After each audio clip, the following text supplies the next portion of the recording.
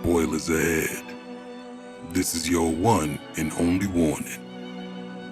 Leave now or forever hold your peace, because we're shooting blindly in these streets. And now, a Japan Time Podcast special presentation. Listeners of Japan Time, sit down, take a seat, put on your headphones, and please enjoy each opinion on this spoiler cast equally. I'm your host for this discussion, Rogers Base, and I am joined by the other team members. Sitting at my cubicle, we have McDareth. What's up, McDareth? Doing well. We've got, of course, Zeph. What's going Hi. on, Zeph? And last but not least, our very own Dylan G. We've got Ricky Cocaine. That's crazy. Oh my god. Well, wouldn't you think that Devour of the group, feculence. Devour feculence, Roger. Devour feculence. wouldn't you think that he would be the Dylan of the group? I feel like you would be Irving, Zeph. I don't know. Yeah, that Zeph is. I'm gay, Ricky. Is that what you said? No, that's not what I said.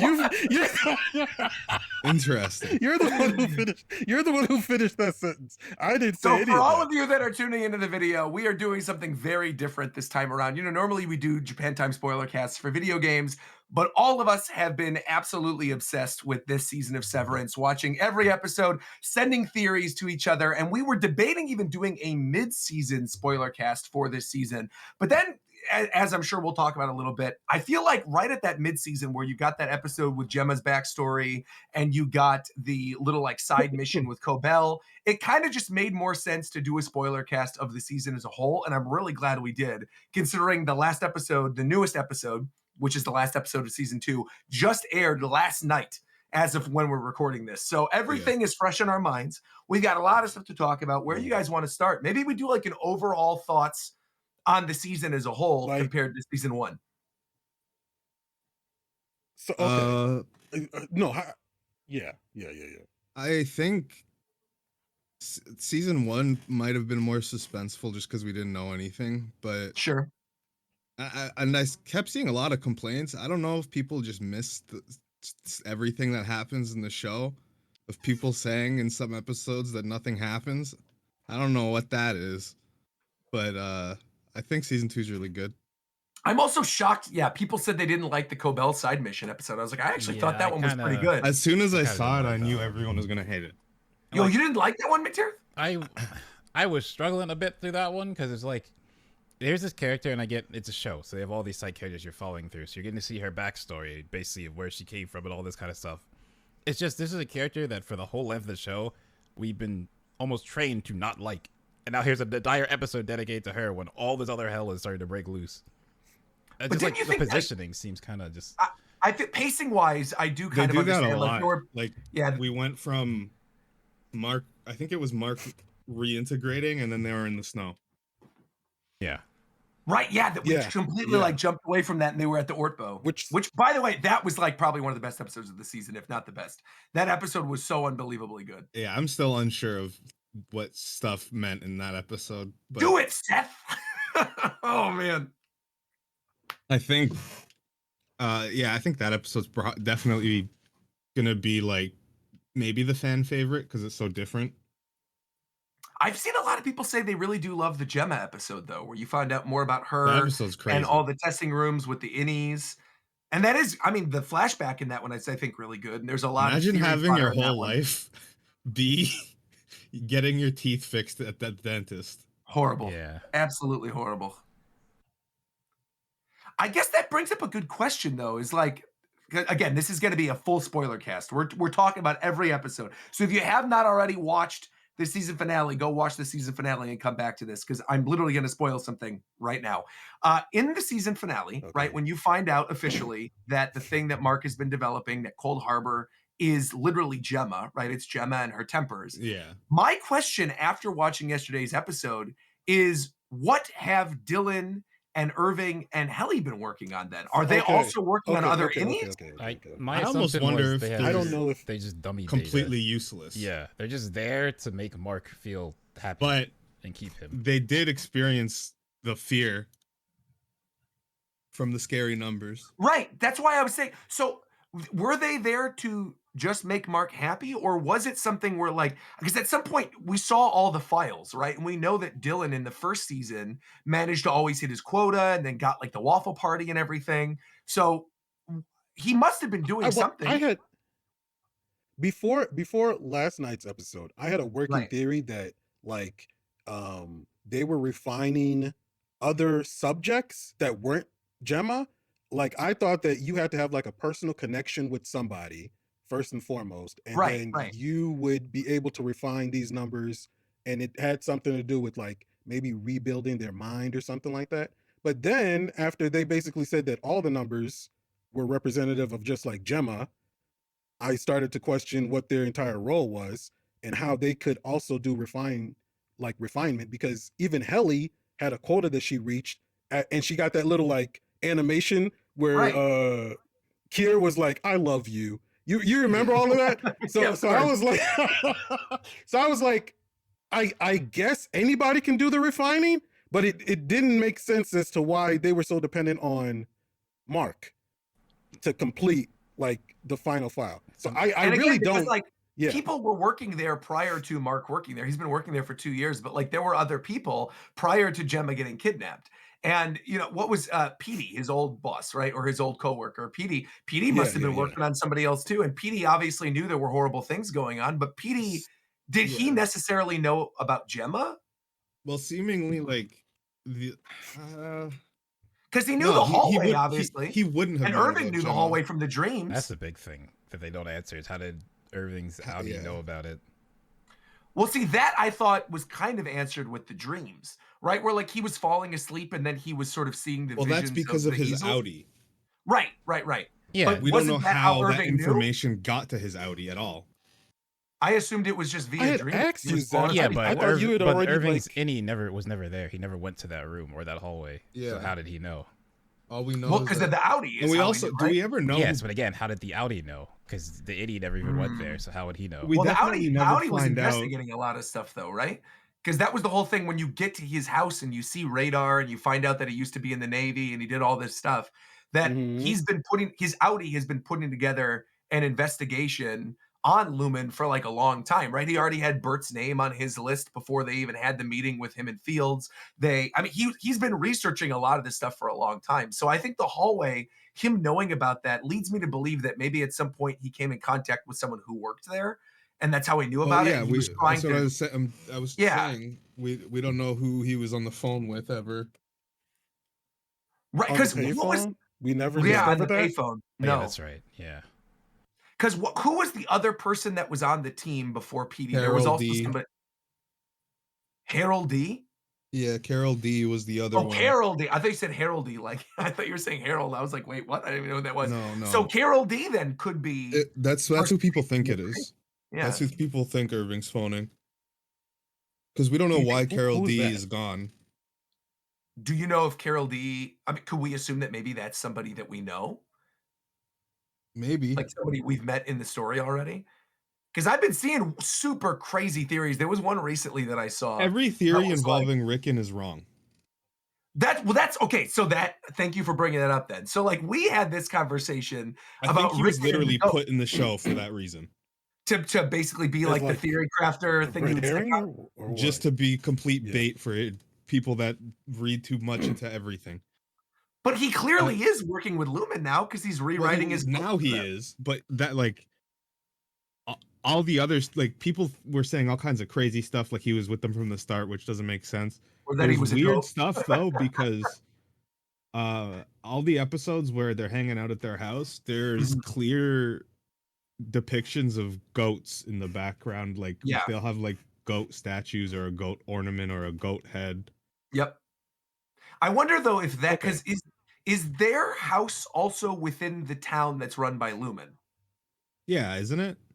So that might explain why the decorations are like that. If everything's being decorated Well, by wait, don't they Lumen, live in a whole place? I feel like that's I feel 'Cause like I don't think we ever don't they live in a separately. fake Yeah. city called Kier?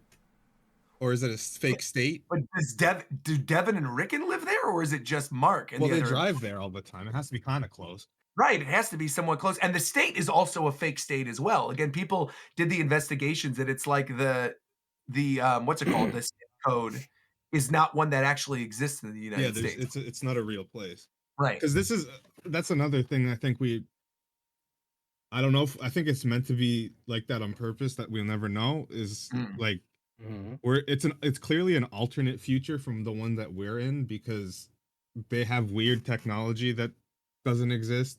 Sure. Like walkie-talkies with touch screens. And those drive old, like the computers, 80s vehicles. every single like car in the show is old. There's no modern cars in the show. Yep. So The design of the Lumen show did is something that cool. altered history, and then What this is? Let's get some fundamentals in here. What the F does Lumen do? What were they founded on? We don't know. Because they're like selling ether one day, and then they're doing blood drives the other day, and then they're like, yeah. So what is their fundamental business? What did Kier found this business on? Everything. They run a school. Well, it started. Like, I don't understand. It definitely started with the whole ether thing. Sure, the Ether Factory stuff. But I think that was always tied with some type of like religious fanatic type dealy, right? Like there's obviously hints of things of Mormonism in here. There's hints of things of Scientology, obviously. Yeah, it's like I mean, they still have the Tempers and everything. So I feel like it's meant to be something where Lumen is a corporation that's essentially funded by this like mega church, cultist kind of group that follows Kier and their teachings.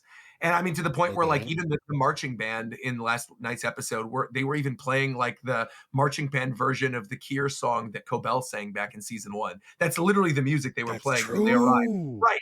So there's all kinds of weird things that tie in like the religious overtones. Even like also, no. That's another thing is Miss Huang is one of many children that are raised by Lumen.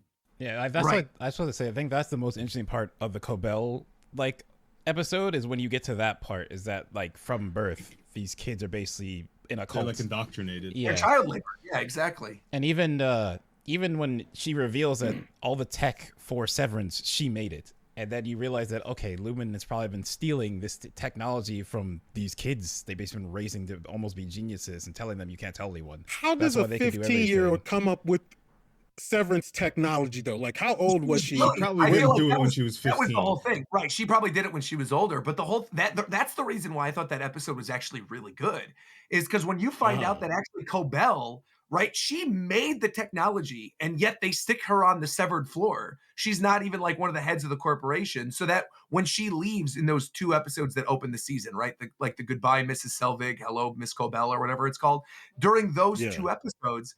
You very clearly see that they offer her a position on the mysterious board, and she essentially denies it. She like jumps in the car and then drives away, and that's when you get the little side mission. I think when she went to see Helena.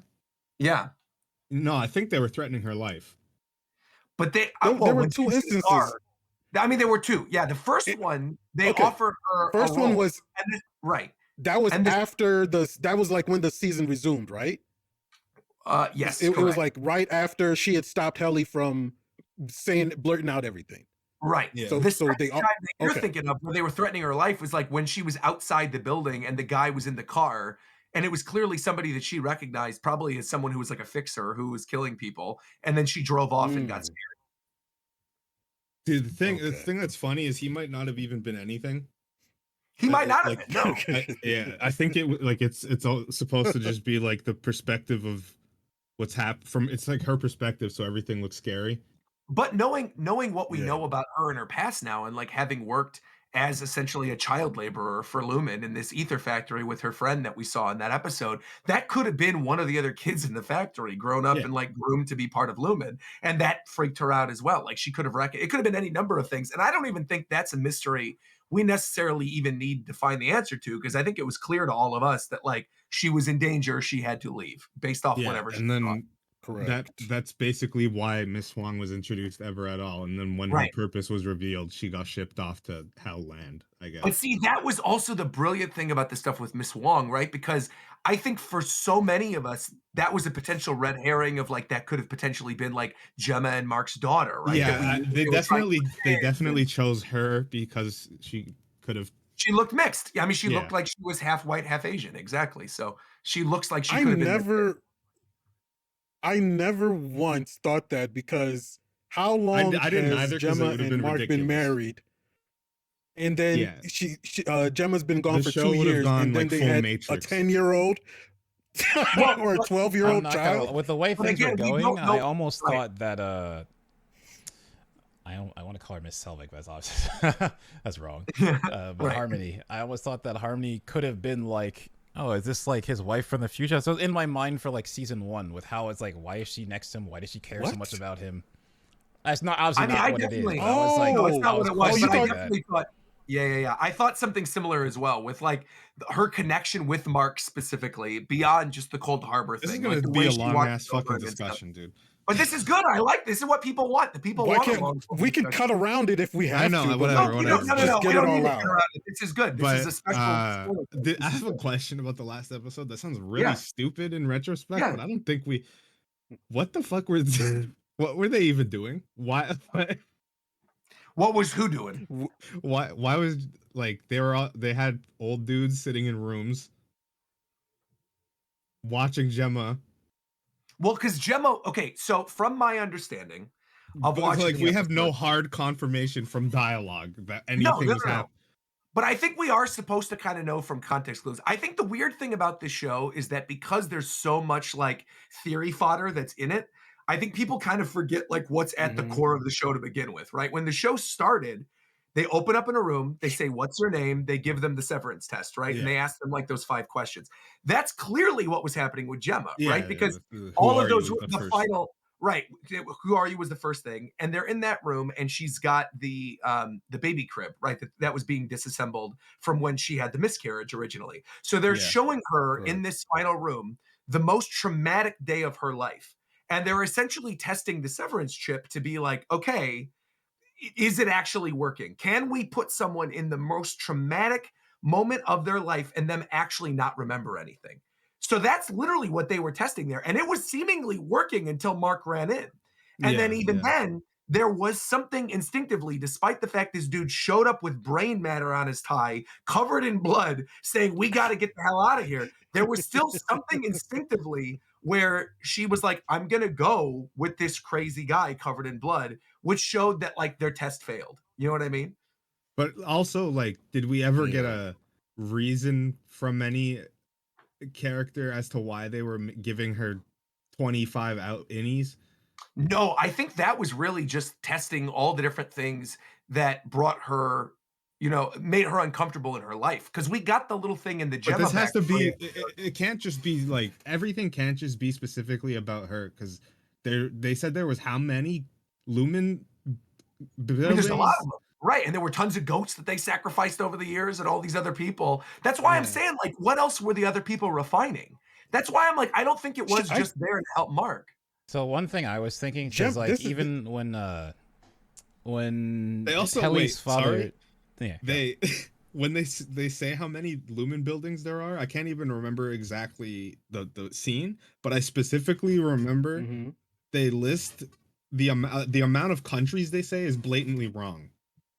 Right. But a lot of stuff that they say here is wrong. In the Orkbo, where they're like, this is the biggest waterfall on the planet. They or said there's like, like 209 countries. Right. Yeah. Well, I think with that they just lied to the idiots because they can tell them anything, and they have no way of knowing. it could also be a different future thing. Yeah. It could definitely be, or it could absolutely be a thing where like Kier has brainwashed this entire town, right? And all their family members and all this other, and it's the kind of thing where like they believe they're living in this, alternate history or whatever, but in actuality, it's just some like podunk town in the middle of nowhere that they decided this is where we're going to run all our experiments, which goes back to like the Miss Wong thing, because to me, the idea of like a test tube baby that ages quicker could have easily been something Mhm. I could have seen thrown into the show. Like that to me, the idea of like them gestating this baby for 2 years, that could have, especially with like the baby that's literally in the title card, right? So many people were like, oh, this is going to be a pregnancy storyline because you had the thing with Helly and Helena where he slept Oh with my both of them. And so people were like, oh, she's he's definitely literally gonna pregnant, get- bro. I don't think she is. I think that was a red herring. How I think long- she hold was- on. Did you Let- guys read the like prequel thing to the Lexington letter shit. I don't even know what that is. No. Please I explain. linked What it is the before. Lexington What is letter? that? It's like a prequel kind of to Did Severance. you link it in our chat or in the Japan Oh, time I book? I remember don't when he remember. did that. Yeah, yeah. I remember you linking the Rickon book. Here. All right, let's see this. It's like a prequel to what happens in Severance. Now, is this official? Yeah. Oh yeah, from the minds behind the Apple TV show. Oh, weird. One of the craziest things in this is that the letter is being sent to a completely different person with the last name Milchik. Interesting. So, like his father, maybe, or He's a Canadian. interesting. Oh yeah, here's the stuff with the numbers and the refining. Yes, she thinks a big thing that made her like kind of go crazy and start talking with her Outie and Innie, like they started communicating, was when she finished her file, she believes that an explosion nearby was caused because of her, but there's no proof really. Oh yeah, I'm reading this right now where it's okay, somebody who passed away from complications from a car accident, Peg Kincaid. And then yeah, it says the editor of the page is Jim Milchik. Interesting. I mean, we don't know how Mr. Milchik got his job Yeah, in the that's first another place. thing. We don't know, Is like, how did he end up this in guy this? or this Peggy girl? Yeah. After sending this letter, she just dies in a car crash, seemingly the same Which is way obviously, as yeah, Gemma. kidnapping. Exactly. Yeah. So they've been kidnapping lots of people and trying this. I was gonna say that my thought was because when Helena's father shows up to Helly, he says to her like I don't love my daughter, didn't see Kier in her, and I've tried to sire so many others. So my thought was that they're kidnapping a bunch of women to try to make it to give him an heir. So they're trying to like completely wipe them clean. So they're like so he can he can force them to have an heir with him or something. Not just that, but I also to force them to basically be in line with the ideas of Kier and like the founders and all that kind of stuff, like to basically clear them, to clear their head of everything that they knew and literally just being able to like indoctrinate them with all the stuff that the Egans want them to know. What's up with the disembodied Kier voice? That you mean the weird like animatronic? Animatronic? Yeah. I thought someone was just reading lines. Yeah. No, we don't know, but I think it ties into what I said is it a long time Drummond? ago. Where because he was gone doing right. stuff. Drummond was off doing the stuff with the goat. Yeah, it wasn't Drummond. I think it might tie back into the because it has the same sort of sound. Where I said that I think the board is like the consciousness of the Kiers or I a agree. Kier or the Kier. Yeah. And then somehow like way all of Disney like frozen head kind of thing. Yes, exactly. Which I think we've been saying since season 1 was like an idea of that, right? Is that what I originally thought and what we talked about Zeph on the show even at one point is that prior to knowing that Cold Harbor was a Gemma thing, I assumed Cold Harbor was the project all 4 of them were working on, and they were literally doing each of the tempers of Kier, and that at the end of the project, they were basically completing like a new version of Kier that they would then input into somebody via a severance chip, right? The whole thing with the severance chips where you could make them where they don't know whether that, they're in one place or another, they're innies or outies, or like the stuff with the birthing cabins. I did think it was going to be something where they were literally sifting through the tempers of Kier to basically reincarnate Kier in what I would have believed to be the child of Mark and Helly, because you see in the opening of season 2 multiple times the baby crawling on the ground that's got Kier's head. And considering the fact that that would be an Egan, right? If Mark and Helly had a kid, because Helly's an Egan, that their kid would essentially be implanted with the consciousness of Kier, and that's what they've been working on this whole time. But clearly they went a different direction with Gemma. Have I also mentioned to you guys ever like the importance of Greek mythology in the show? Yeah, so okay, go ahead, because we could totally talk about the finale in terms of this. Yes, please. Yeah, because everyone thought the story was going to be that Mark was Orpheus and Gemma was Eurydice, but then at the end it's flipped. Right, because Mark looks behind and sees Helly and then decides to stay in. Also, weird fact, talking about the stuff with the Greek mythology as well. Devon's real name, it was brought up in season 1, is Persephone. Yeah, there's a lot of Greek stuff. Super weird. But Persephone is interesting because her whole myth, like when you were talking about the stuff with Eurydice and everything, her whole myth was she was abducted by Hades, who was her dad's brother. Now we don't know how his family ended up in this Kier land or whatever, but it would not surprise me if their dad or their mother was potentially involved with all this stuff 20 years ago. And that's what Well, it's gave me like, the idea to get the job there in the first place. yeah, because it seems weird that they would pick them for no reason, and then Right. I don't know. And Devin is literally on the giant mural that they showed So is right Rickon. before he was completing Cold Harbor. Yeah, so was Rickon, right?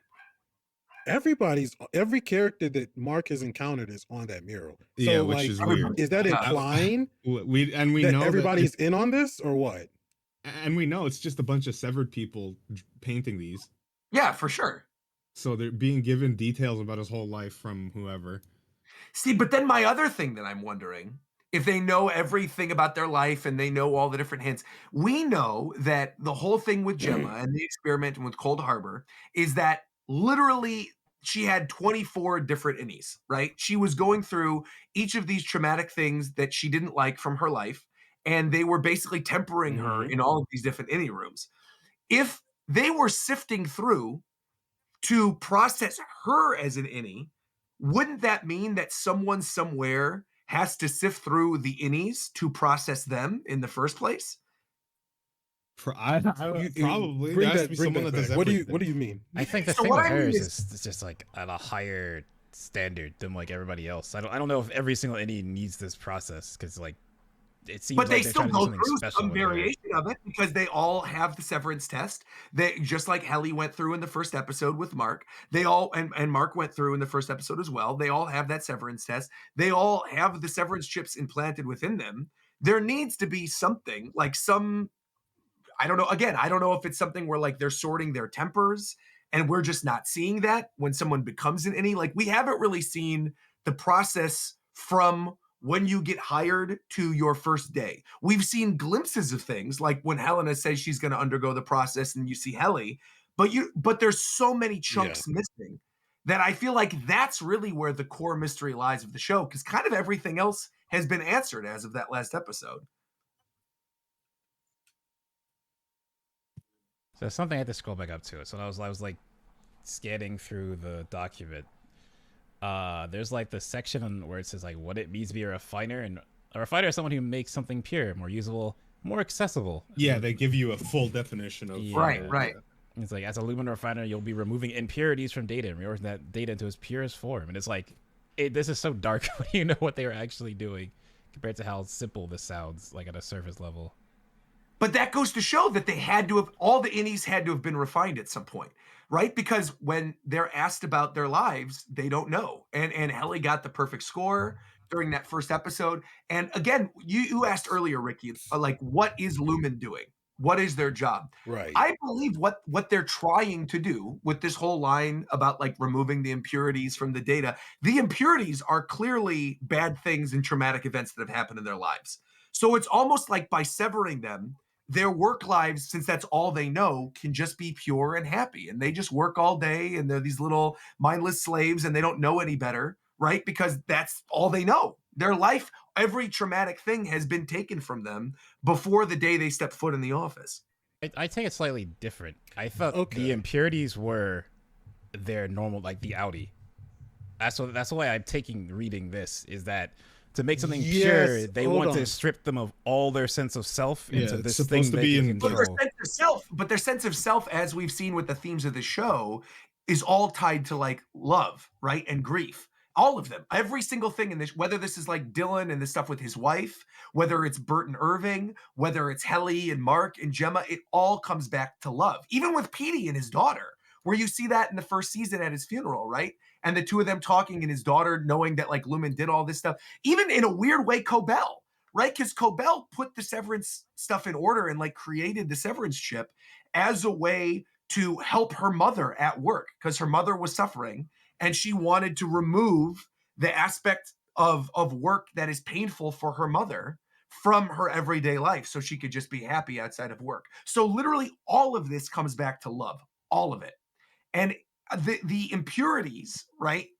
It is what makes you human, But I think the argument of the show of like what makes you human is the people that you love and the people that you care for.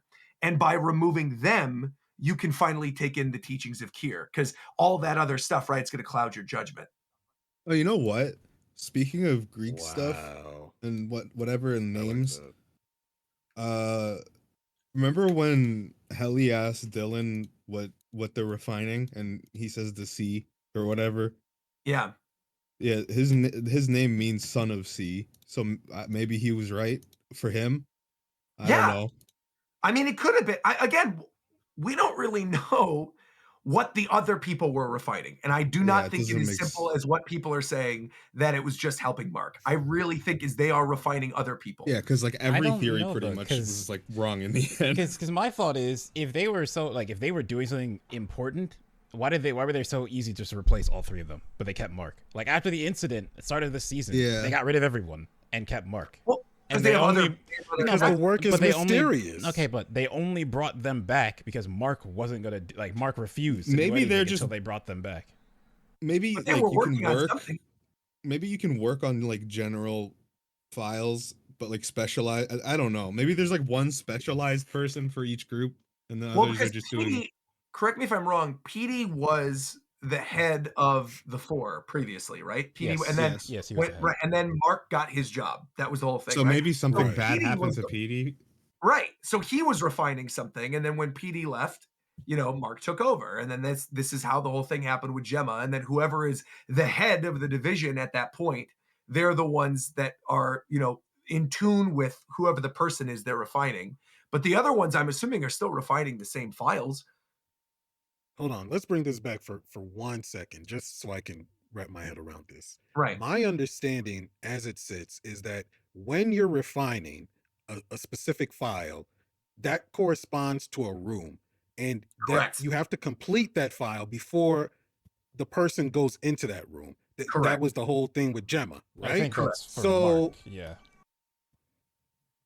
Is that solely for Mark, or is that the process in general? I think it That depends we on how always you have to- take it, because I took it as that's solely Mark's stuff. But then Wait, what?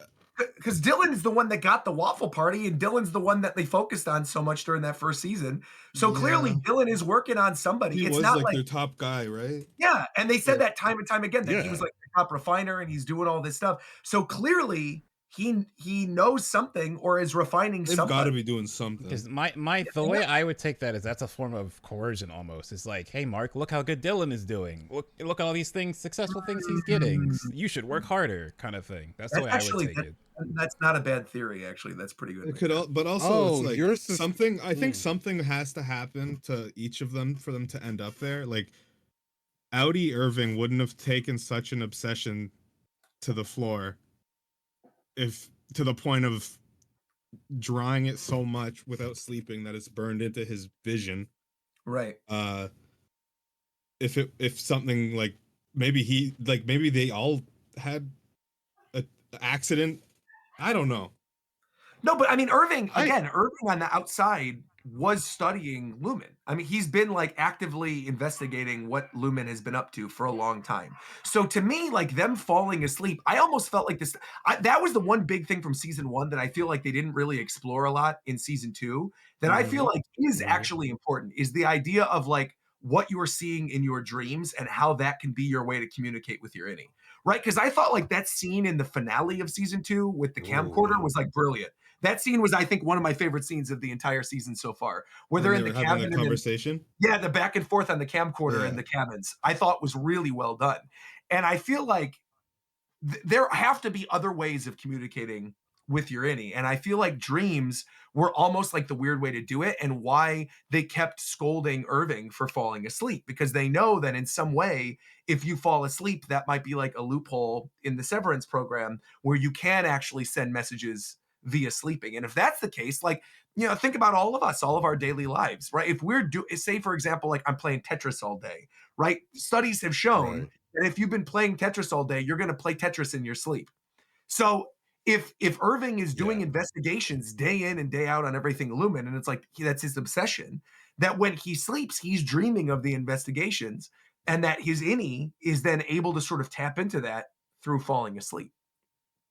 Yeah, I think also like in the outside episode when they did fall asleep, I feel like all of the people that were intense had some lumen technology to stop dreams or something because it was only Irving that we saw the dream of and he fell And asleep. he specifically fell asleep outside.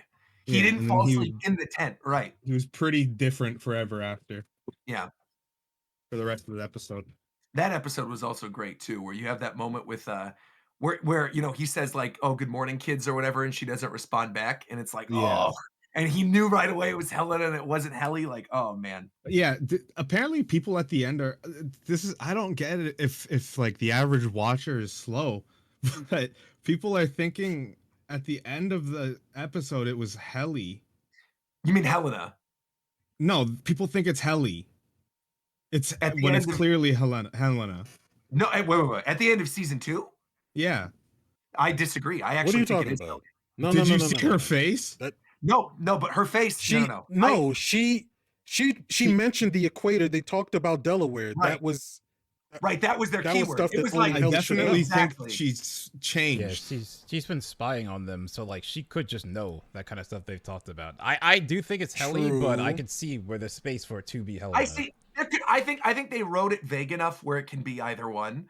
But I do feel for the purposes of the story and for like the equator line that they did and the whole thing where like he finally did see Kier within her, and that obviously he didn't see that Yeah. in his actual daughter, and that it was in like her. She Innie version. started the revolution with Right, the but marching right, look, band. this is what she I'm was saying. holding back Milchik the entire time. Let Dylan me was an find MVP, bro. When he ran in there and dragged the snack machine and just slammed it in there, and then she grabs the trombone, and it's like, Okay, here, look.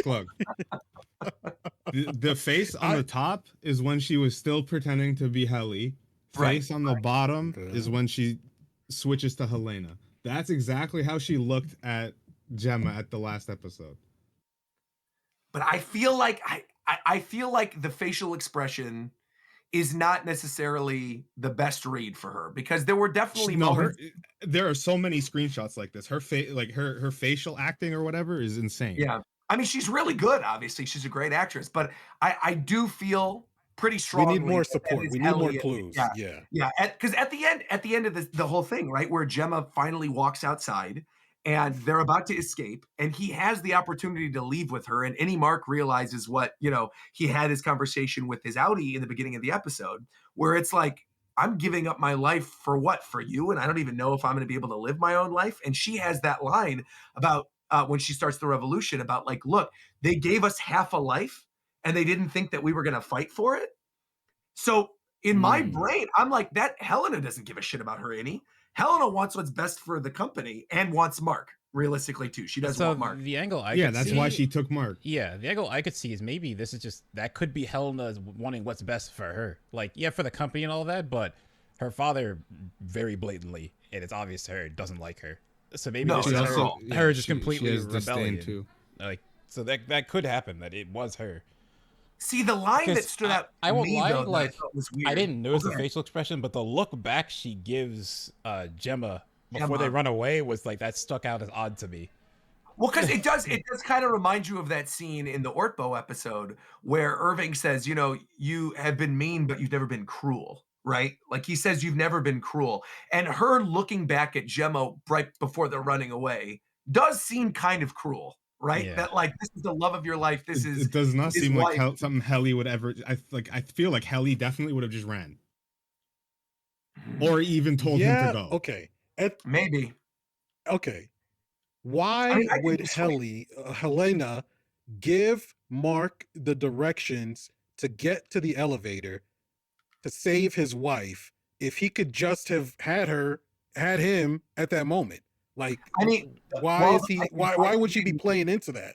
I can maybe argue for that. Is I feel like it's a trust thing, Why? right? That it's like to show that you can trust me, to show that like, oh, you can be with me, that I'm looking out for your best interest, that I'm going to do something that isn't going to help me. The fact that your Audie's wife is now out there running around is not something that's going to help me, Yeah. but it shows that you can trust me at the very least. And it also kind of like proves, at least to me, what Zeph and McDareth are saying, where there could be the opportunity that maybe it is actually Helena. It's almost a way to be like, look, you already mistook me for the other me once. when you slept with me all the way back during the Orko Right. episode. It So just now reminds me of when there was so much arguing in the fan base when Helena infiltrated the first time, and people but that were was like, clear as day to me. I feel like that one there wasn't even an argument because you clearly hear the different elevator sound. I think the only thing that maybe stands against that in this episode is where they're going to like refine Cold Harbor and there was no elevator sound when she arrives. The elevator doors open and she jumps into Mark's arms and like hugs him, and then they go to the room to Yeah. do the final refinement. So I could see an argument there that like because you didn't hear the elevator sound, she didn't fully click over, but it's still the severed floor, right? They're still on the severed floor, so she would still, her chip would still activate Yeah, unless there was like they weird have a way overtime. to block it. I guess that's true. Yeah. Because Yeah. that my other thing Overtime with it is contingency there's stuff, a or time what? there's like a gap Or where the you glass don't know code? where she goes, right? Because Dylan's Yeah. still there holding him, but where did we assume she just ran straight to the exit door. Right, but right. like there's a time gap where you don't know where Helly is. I and then she's think just when there. I very much believe it's at some time where at some point where the lights turn red and the alarms go off is when the switch happens. Mhm. Who is active? Who is responsible for the switch? It's not that Helena can just be like, "Oh, it's time for me to click No, she on," can't. and then unless she's coordinating with somebody.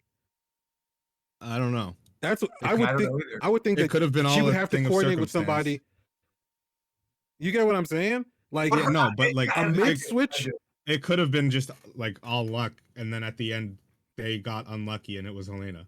Even him to be able to get Hmm. down the elevator was just luck because Yeah. the guy just happened That, to be oh there. God, I have to say, while we're on the topic of this, dude, that entire sequence with Drummond, where you have Brienne of Tarth fighting with Drummond and with Mark in the hallway, and then literally Oh my like it's all bloodied up, and you get the gun. Because I'm watching this, Reagan and I were watching this last night, and we're sitting there like with bated breath Yeah. when Drummond is choking out Mark, and we're like, oh, obviously.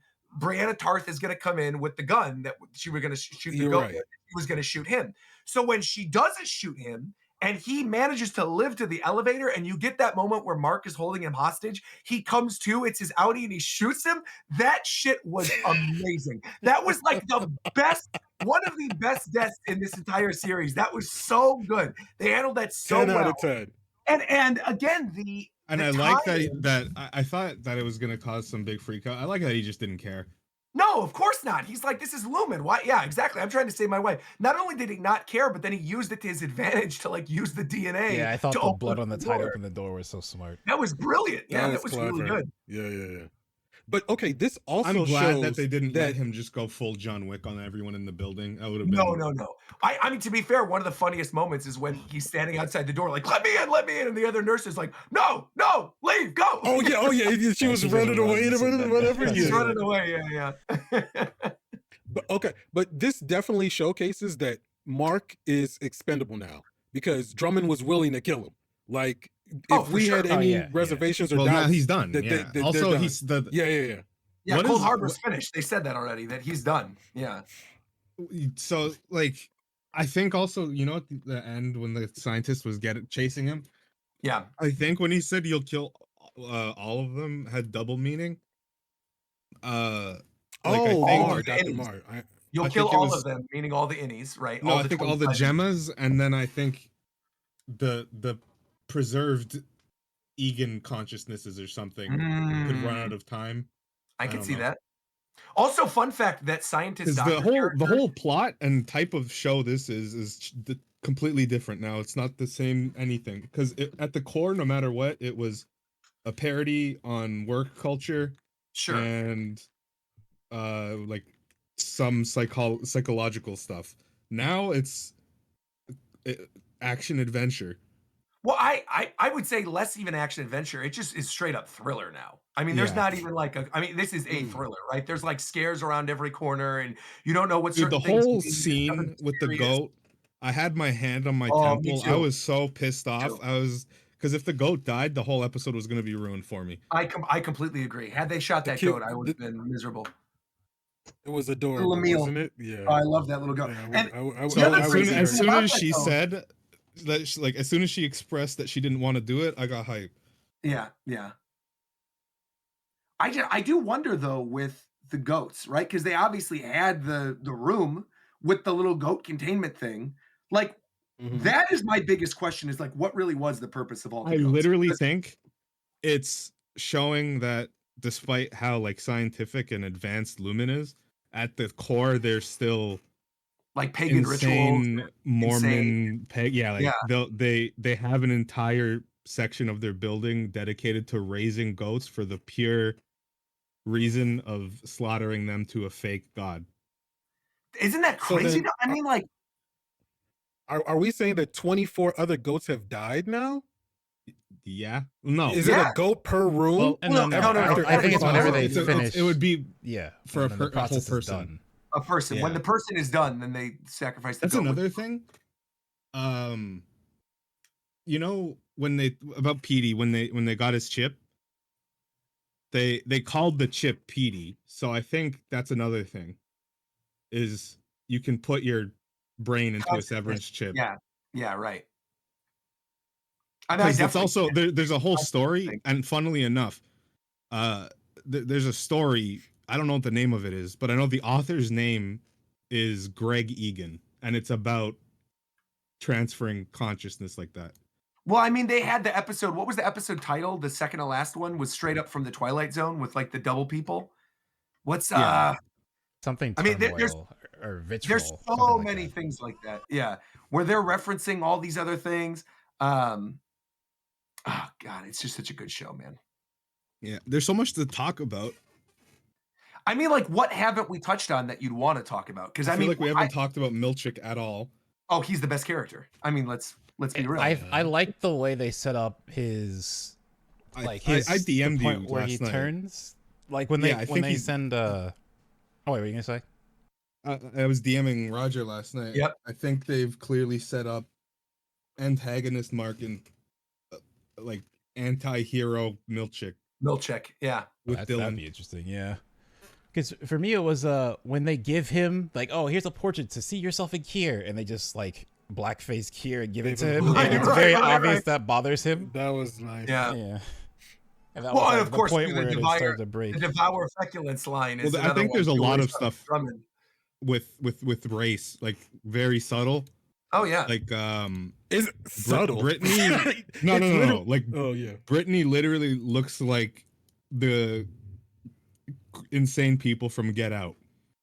Yeah, she looks super scared at all times. Every time She she's has the talking the forward. big eyes and huge smile. Yep. Yeah. And when Milchik almost gets through to her, she almost cries and then she walks away. Yeah. I did also love too. Yeah, one of the DMs you sent me yesterday was that GIF of when he hands Dylan the information about the fact that he's not going to That be able shit to scared resign. me the first And then he time. runs out of there. But yeah, I was trying to think, why did he That run? was so But he was- funny. yeah. Well, because he That was was obviously running so because he didn't want to funny. miss the Cold Harbor stuff. He Yeah, was he like, was trying to look, get over there I'm in dealing with you, time. Dylan, but like, I'm trying to Yeah. see this. Yeah. Also, he I had a thought whole the It scares was me about to because I was like, detonate. why the hell did he do this? Yeah. Also, no, I think the reason he ran out of the room is it's company protocol to like you have to be out of the room before they show emotion if it's embarrassing or whatever. It's just some dumb. That whole sequence was good. Milchik is, I think, since even season 1, been like my favorite character, and I totally Dude, agree what has with that you. I think actor been in? I feel he Nothing. feels like He's he like- should be in everything. He's gonna be in a bunch. I mean, that's it. He's gonna Yeah. be a breakout for sure. He's gonna be in a bunch of stuff. I do agree with you though that I think they're setting up like an anti-hero Milchik thing, especially now because He like clearly hates Kier and yeah, Lumen.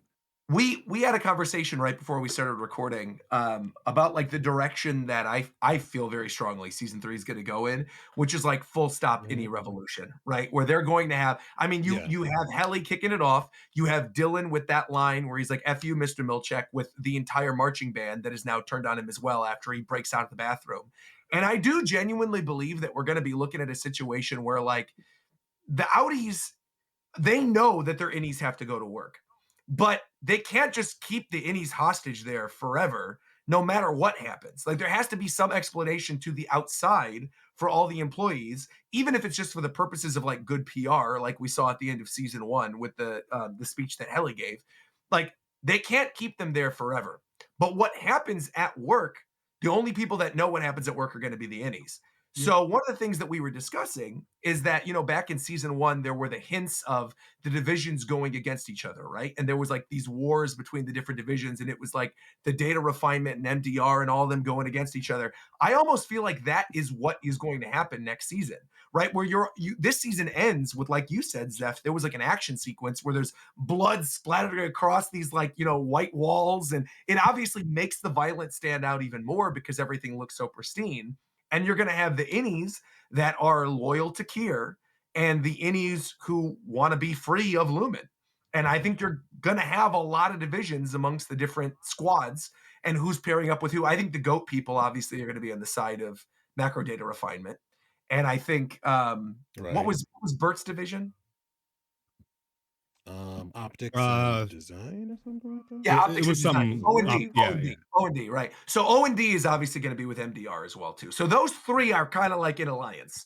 And I think everything else is kind of free for all because there's clearly, it's a massive company. There's all these evil doctors and scientists. There's all these other divisions. There's I think it's going to be like a mini revolution inside of the offices. And I saw people like talking about the end of the show yesterday, like reviewers saying, well, it doesn't make any sense. Kier has all this money. Why wouldn't they just send an army to go kill all of them? Again, you got to remember they can't kill them because what are the optics of like if everybody within the Lumen building died, right? Like they can't do that. Exactly. And they're short staffed. At the end of the day, even if they are this super rich company and this massive corporation that's running these ether factories, we saw the conditions of the workers in the ether factories over there, right? It looks like it's the steel mills of the 50s and 60s, right? Like they are clearly understaffed. We've seen this with Milchik time and time and time again. We've seen this with Cobell.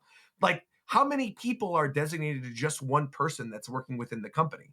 So the reason why they keep all these groups separated is because of the fact that they know it's easier to control them. But if all the Innies come together and all the other divisions are actually talking with each other, that's when mayhem ensues. And that's when, if they start breaking out of the other floors, we could end up seeing full-on revolution and them killing the people who are at the top of Lumen, not just, the potential board, but like we saw it with Drummond, right? Drummond went out this episode. We saw it when, what's her name? Ragabi, when she killed the fixer from the previous season. Like nobody is safe at this point anymore. And like you said, Mark isn't even safe because he's completed Cold Harbor. So everyone can die at this point. Who then becomes the antagonist if we have Milchik possibly siding I think with it's Mark. the Innies? I think it's Mark. I agree with Zeph. I think Innie it could Mark. be Mark. Because if Innie Mark becomes the antagonist? Yeah, because if Innie Mark because he did the thing that no one wanted him to do. Devin is going to become a protagonist because she lost her brother. Sure. And she's going to hate Lumen even more, and now her husband's working with them. Right, and Rickon's working with them, It's exactly. probably going to be Gemma and Devin teaming up to rescue Mark. Oh, for sure. Yeah, I mean, it's already been shown that Gemma and Devin had a really good relationship. Devin's one of the best characters. She's great, yeah. Yeah, she's awesome. Yeah. I had a question because I keep thinking about this because when they're doing the flashback with Gemma and she has those cards that O&D was making and Dylan stole one, and like Milchik made a big deal about getting that card back, but then we never heard of it again until that flashback. So I've been trying to think about like, are they just using that fertility center to target women to kidnap or something? Because like, why did she get these cards that we've seen made on the Severance floor? Otherwise, yeah, maybe. Yeah, because I mean, you literally do see the card at their house, so it is a weird. But again, that goes back to like maybe their parents and stuff were involved with this. Obviously, the Egans have been around for a while, and if they live in an area named after Kier, right, and they have houses there and grew up there and know that environment, like it would not surprise me. Even if they weren't thinking that they were being brainwashed, that they were actually being brainwashed ever since they were children, that their parents were somehow involved. I mean, clearly Burt was. It's seeming like, because this all seems like, I think a lot of people could see this as like the company's done or whatever, but I think like show time-wise, 24 hours after all of this, Lumen will have the floor like mysteriously cleaned up. Under control, right. Because there's so much stuff about that building that we still don't know about. Like we know that we have proof that the break room, like something worse actually happens in there, but we've never seen it. Like Sure.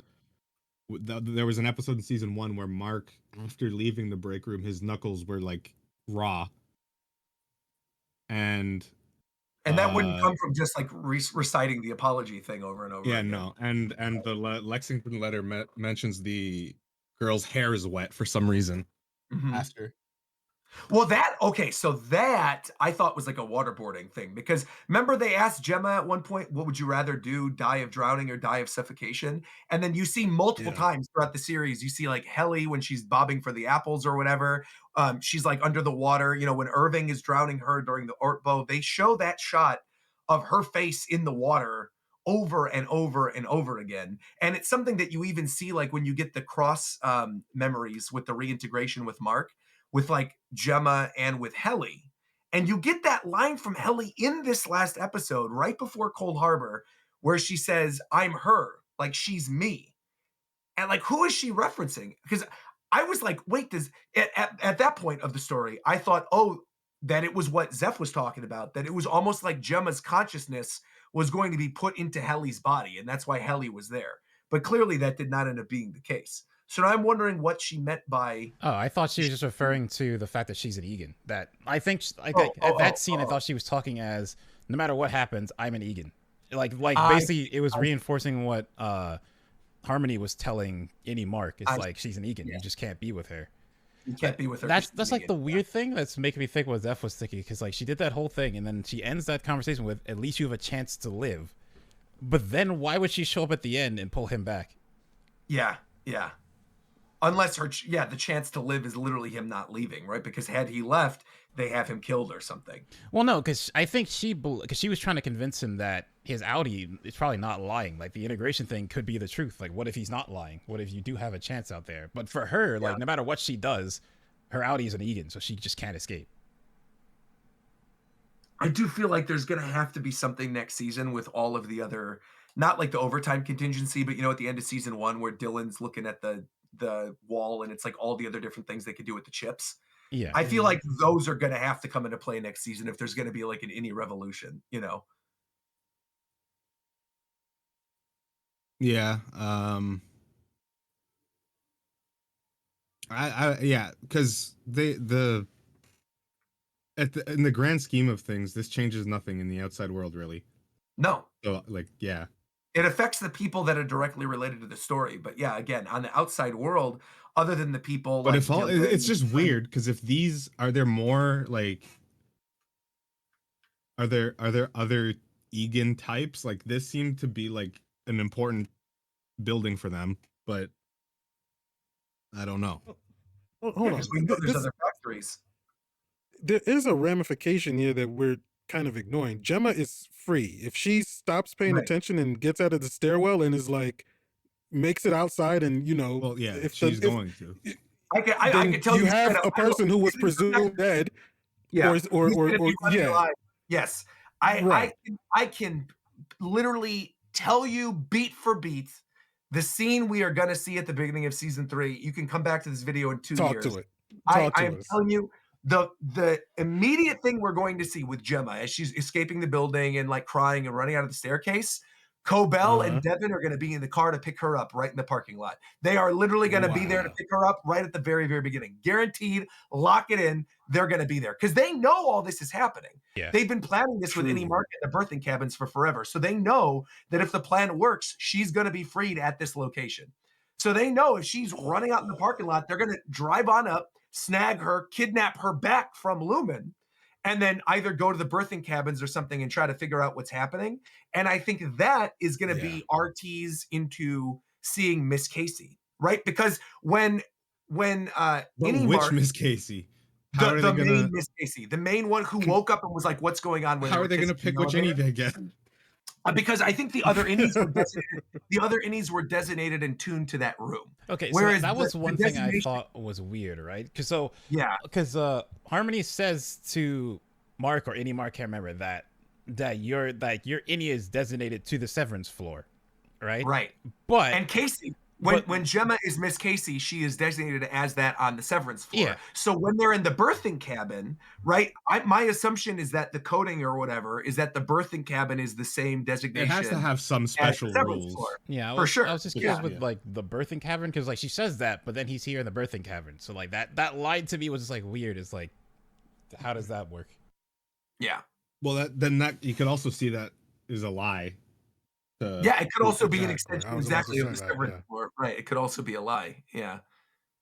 I mean, it's weird though, because I do kind of trust Cobell at this point. I trust Well, now Cobell. there's no reason not to, really. Not to, Like, she yeah. defected. I did see a pretty cool theory though that Devin is potentially Carol. That she somehow forgot. She's like almost like a reverse Severance. Like her Innie is on the outside. You know what I mean? Like her Outie is actually on the inside and she was Carol. And when she left, her Innie was actually her. I've seen weird stuff about that. Really? Yeah, I've seen a lot of stuff that like Devin, because one of the things that people were pointing out is that in their house, in Devin and Rickon's house, you see these pepper shakers that are all over the place. There's like these pepper shakers. And right before Innie Mark goes in and does the job, doesn't she say like bon voyage to him or something? And that's what Burt says to Irving when he sends him off on the train at the end of everything. And you see in Burt's house on like the what's it called? The cabinet in like Fields and Burt's kitchen, you see all of these pepper shakers.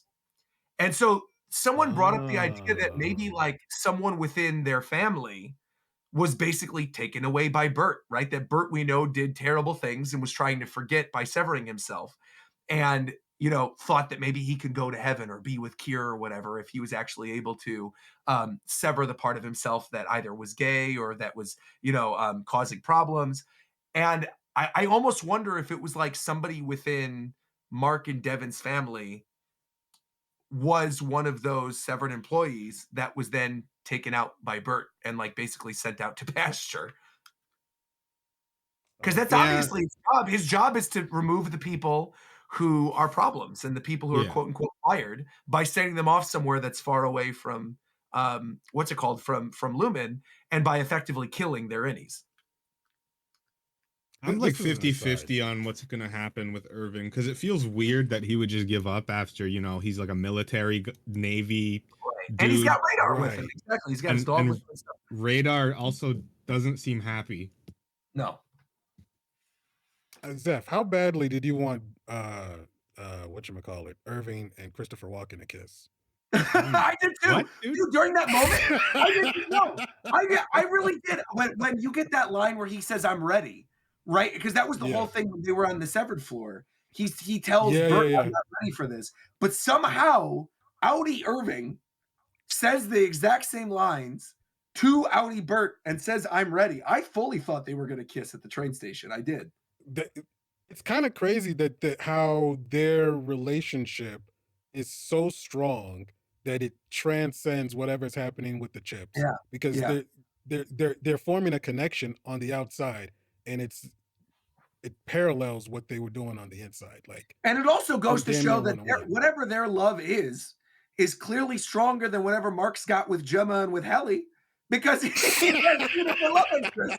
Whereas at least Burt and Irving are sticking true to each other. Obviously, Burt's married is with Fields or whatever, but it's clear that Burt shared those feelings when. Well, he got the consent or the pass from Fields. Fields was like, Fields whatever you like, guys were doing in there. He said, "I approve." Yeah, he was like, he said, "Whatever little polycule weird stuff we got going on right now, whatever, you do what you got to do." We also just aren't. I don't think we are giving Dylan enough credit. Like, bro, he's awesome. Throughout the entire series, he's the one that held the switches and stopped Milchik from getting in. He's the one who once again stopped Milchik with the snack machine. Yeah. Dude, when he actually came out of nowhere with the snack machine, I didn't know what was going on. I thought Milchik was actually gonna get her. Get crushed or something? Yeah. No, I thought he was gonna get Helly. Get Helly, yeah. Oh, okay, I got you. And then it just cuts to Dylan's face. Well, Dylan's story again is interesting too, because it ties back to that theming of love, right? Is that his Outie eventually realizes by the end of the season that it's better that his wife is at least in love with part of him than being lost with love entirely. Yeah, you know what I mean? Like inspirations, like Right. Like 'Cause they're he starts drifting off- apart, but like there's this part of me that she still sees and loves. Exactly. So He I can starts try to off be the more like resignation that. letter where he's like, first off, fuck you, but also second, thank you, for showing me that the good part of me is still in there somewhere. And his you know? his Innie like is because he's like in real life he's like apathetic loser. and deflated, Yeah. but Yeah. his Innie's like literally a hero. Yeah. He's like the best part of himself. He's like he said in that letter to himself, he's like, I'm self-assured when I'm in there, and you're always doing the right thing, and our wife who's perfect sees something within you, and I wish I could be like you. So like I want to keep you alive because I know that like that means the best part of me is out there somewhere. Yeah, Like no, you because said, I he's think your deflated by that Innie stuff. is just I think your Innie's you without trauma. It's still you, of course. Yeah, exactly. Because Exactly. that was probably that seems like how Mark was before Yeah. Doma stuff happened. Yeah. Right. He was happy. And that's He was happy being a Helly teacher. is probably Helena without being an Egan. Yeah. Yeah. Irving seems like the same So- guy. But see, that is what I think the most interesting thing about it is because I think he actually might be in a weird way. I feel like I don't know how to. He might have fully been explain it. reintegrated the whole time. Yes. I think that's actually somewhat likely because he knew about the stuff. Or with at some point in the story, he got became reintegrated. reintegrated without it happening on screen because he did Yeah. have that weird dream with the Yeah. sludge. Multiple dreams. Yeah. Yeah. I was working on this theory that he had been severed multiple times, and like maybe they just erased a former Innie. Like this wasn't his first time being severed, and maybe a past severed personality. Don't we know had how seen long has he worked that there? elevator? They said that he's worked there What, for like quite a long time. seven or right? so years, Yeah. or something like that. That he was the oldest one on the group. Oh, Yeah, he's been working there the longest. And that was the whole thing with Burt, right? When you have that episode in season 2 where Burt Oh and no, okay. having This is an dinner. important thing that I they- just found. Yeah. okay. Sorry, it was about Irving. Yeah. It says when working at Lumen, he worked there for 6 years before getting severed. So he saw the floor probably. Oh, okay. And he knew the process, Mm. which explains how he has all the He information. did, he that did he's something on the at outside. Severance that required you to not be severed. Or Mm, it did something at Lumen that required you to not be severed. interesting. Okay. Maybe he was like a pickup Okay. guy because I like O&D was saying like they used to take the stuff there themselves, but now someone else comes and gets them. Maybe like he did Right, that on the before. hallway. That's right. Oh, that's right. He could have been. Oh, I Yeah. forgot about that line. Yeah, because that would explain how he saw the hallways. He was maybe the one picking up the deliveries of the paintings or something. And it's not uncommon for, well, even like he could have also done something similar to Burt because it's not uncommon for ex-military to take violent jobs. Sure, of course. Maybe I mean, that'd be Oh, yeah, crazy he if could we have been found out like that Irving. yeah, If like a Irving was security like guard in the past. he was like a drum end or something. Oh, that would be crazy. Actually, if that was like that would make for an amazing reveal, considering kind of how timid and he keeps to himself a lot in that first season. Obviously, he has Drummond's that actor's crazy. in the Orpho. He is, super crazy. All of them At are. the end, I mean, he like the actors literally on this turned show- into like a animal. Yeah, when the he was acting killing in Mark. this show in general is like impeccable. Every single actor on the show is so Yeah. good. They play. I also feel like this is one of the most interesting main casts of any show in recent years. I feel like the only thing that kind of rivals this to Very me a much little so. is Succession. I feel like Succession, and in a Oh, weird speaking way, of like Ricky, did I Ozark tell you a that? little bit. No, I don't think I what? told Ricky the showrunner for Succession is on season 3 of Severance now. Oh, perfect. That's great. That's great. I still have I'm looking yet to forward to watch what you're gonna Succession, so Oh, I you're gonna guess love that's it. the next You're gonna love it. recommendation. You should watch it. I mean, you guys Yeah. snapped with this one when you were badgering me and hounding me and said you got to do this. I was Yeah, like, but oh wasn't my it worth gosh, it? It's a never great I mind. will show. say, Succession were is a right. very white people show. I think literally every character on the show. Bro, Internally, I'm white. I might have black skin, You're but white as internally, cocaine. I have the What heart are of you a white talking man. about? Yeah. Okay, that's one of the wildest things you said. Yeah, Anyways, No. uh-huh. I Okay. do actually genuinely think that like whatever direction they take the next season in, like I don't know, I have confidence in them after this. I feel like they've had Yeah. a few missteps every once in a while with season 2 where things are getting maybe a little too convoluted and a little too confusing. But I do feel like every important mystery has essentially been resolved in terms of ones that are like crucial to the plot. Not like not the red herring mysteries, not the stuff that's thrown out there just to be confusing and weird, like the stuff with the goats or the stuff with even the ghosts. I mean, have even been Yeah, because that's a explained. big thing. Is like not everything needs to be explained. Like some No. stuff is better if it's weird and you Essentially don't like know. set decoration. Because Right. if you It's just start things- explaining everything, it gets insane. Yeah, exactly. Or you dive into like all the little things that they're referencing. Like there was the weird creature that was washed up in the forest, right? That Oh, Irving the slept on seal? that night. Right, but Sea that lion or whatever that was, yeah. but that is based on like an actual thing where like bodies will wash up ashore, but because of like the bloating and the bodies being deteriorated, they look at like these like weird blob monsters. And sometimes people think they're seals, but other times they think there's something else. Like it's called the Montauk monster, isn't it, Zeph? Yeah. Weren't you the one who linked me to that? And that was one of the places that they referenced the name of. Like when they were naming all the different places, Montauk was one of the names and also one of the file names. So there's just like all this weird stuff that connects to real world mysteries that they know people are looking into. They know people are watching this like a hawk to see what Dude, everything means. The people that work on the set have to be like the most intelligent people because you have to if a pencil is turned slightly, it's over. Right, it means something. Exactly.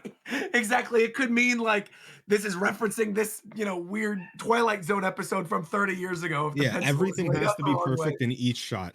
Yeah. Because there's a shot where the clock when Mark goes to work and leaves work is crooked in the second scene.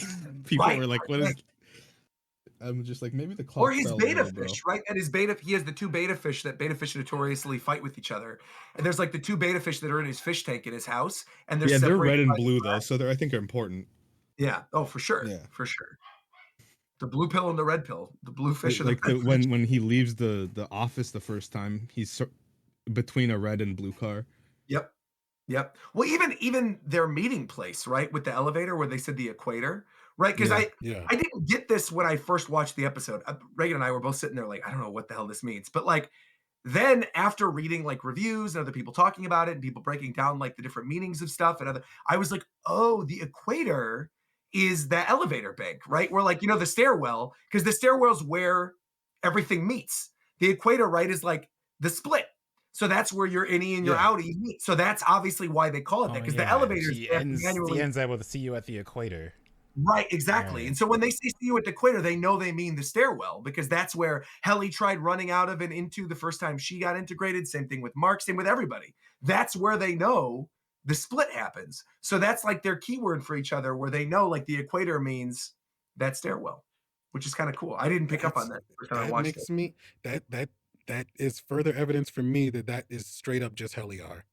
That is further evidence for me that is just straight up Heliar. That's, I mean, to be fair, that's why I believed it was, because she knew that. But like McDareth and Zeph said, there might be, because she is an Egan, everything is game there, right? There could have been some weird overtime thing or some chip locker or whatever. Because again, remember the really freaky video when they came back and started stop motion with replaying Keanu Reeves? moments and then showed Keanu Reeves, Lumen is listening. Yeah, that was funny with That Keanu was Reeves great. That was voicing actually great. And it was funny because I picked up it was Keanu immediately after, because I just seen the Sonic movie with him as Shadow, like literally the night before. And then I watched that episode and you hear Keanu Reeves, man. It's really good. Also, the music in this show is just impeccable. Like the way they utilize music and chords and literally even singular notes to symbolize like deeper meanings and like who these people actually are. The leitmotif of like the da da da da da da da da da, or even like the Kier song, and that being in minor chords and then playing that, during the marching band sequence. It's like there is so much layering to the music. And I really do feel like it's not something that I think people talk about as much as things that are like potential overt Easter eggs on screen. But dude, like the music being so layered and being so tied into the lore of the show, I honestly think is like a big reason as to why the show is so good. I really think the music has a lot to do with it. Yeah. Yeah. They seem to like let the actors also just go wild, because I was watching interviews and stuff, and apparently like 90% of what Dylan says is ad-libbed. So was the dance sequence. You know, like the No mermaid. way. Yeah, so not the marching Not the band, last one. The obviously last choreographed. one is But the choreo. first dance, right, of course. But the first dance When sequence, Milchik's just dancing around. right, all that was improv. With the shoulder shimmy, you telling me Oh, that wasn't yeah, improv? He did that all on improv. That's why I'm saying this guy needs to be in everything. Yeah, he's great. Yeah. Oh my gosh. I'm surprised. I thought he definitely was like a famous, huge actor already with how Nope. he acts on the show. No, he's just really good. And he plays the role just right too, of like this verbose company man who's trying to follow the rule book, but at the end of the day is still getting like sickened by some of the stuff that's happening around him. Yeah, and Yeah, the company why doesn't is care it- about him. He's heel turning Why for is it sure. that everybody else who's like part of the admin or the board or whatever, they're allowed to use sophisticated language, but when it comes to Milchik using a little bit of verbosity, now it's a problem, and he has Well, that to goes back. That tone goes it back to down. what you were saying earlier, right? I mean, there is clearly a race thing going on here with like the blackface portraits, and like you said, Britney being freaked out and looking like the people from Get Out. Like there is absolutely something race related in there. I mean, that Yeah, clear well, as day. especially with Where Milchik they're pissed and- off that he's using the big language, but it's like they're all Yeah. doing the same thing. I mean, the second other besides like Brittany, black person we've seen has been people in the marching band, at least Yeah. people Right. in Lumen. Right.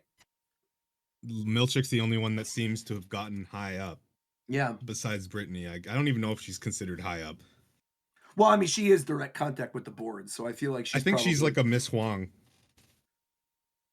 Like, But she. I think I she, mean, I but think, she's no, I not think she was going at them raised. outside. I think she was raised by them. Like that's why she's like. I could buy that. I could buy that for sure.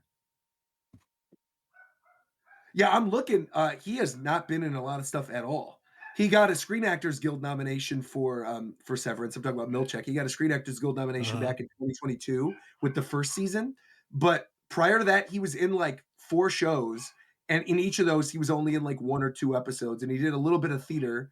It said he was in Goodnight Oscar at the Goodman Theater in 2022. So same year he was in Severance. He was in the Goodman Theater in Chicago. And he was in a Wow. couple other smaller off-Broadway stuff, but that's kind of it, man. I mean, he really has not been in a lot.